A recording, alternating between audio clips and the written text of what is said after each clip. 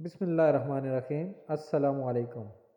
آج کی ویڈیو میں آپ سن سکیں گے سورۃ البقرہ آیت نمبر 28 کی تلاوت، ترجمہ اور تفسیر۔ اعوذ باللہ من الشیطان الرجیم، بسم اللہ الرحمن الرحیم۔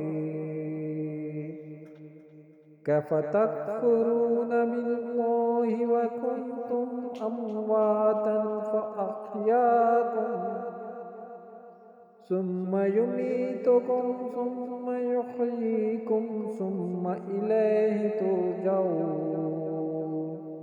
ترجمہ: تم کیسے اللہ کے منکر ہو سکتے ہو، حالانکہ تم مردہ تھے تو اس نے تمہیں پیدا کیا، پھر وہ تمہیں موت دے گا، پھر تمہیں زندہ کرے گا، پھر اسی کی طرف تمہیں لوٹایا جائے گا۔ سورۃ البقرہ آیت نمبر 28 کی مختصر تفسیر۔ کیف تکفرون باللہ، تم کیسے اللہ کے منکر ہو سکتے ہو۔ توحید نبوت کے دلائل اور کفر و ایمان کی جزا و سزا ذکر کرنے کے بعد اللہ تعالیٰ نے اپنی خاص و عام نعمتوں کا اور قدرت کی عجیب نشانیوں کا ذکر فرمایا، اور کفر کی خرابی اور برائی کو کافروں کے دلوں میں بٹھانے کے لیے انہیں خطاب کیا۔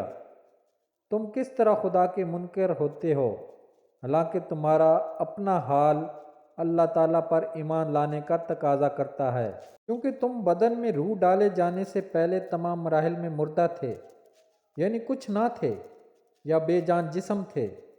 پھر اس نے تم میں روح ڈال کر تمہیں زندگی دی، پھر زندگی کی مدت پورے ہونے پر تمہیں موت دے گا، پھر تمہیں زندہ کرے گا۔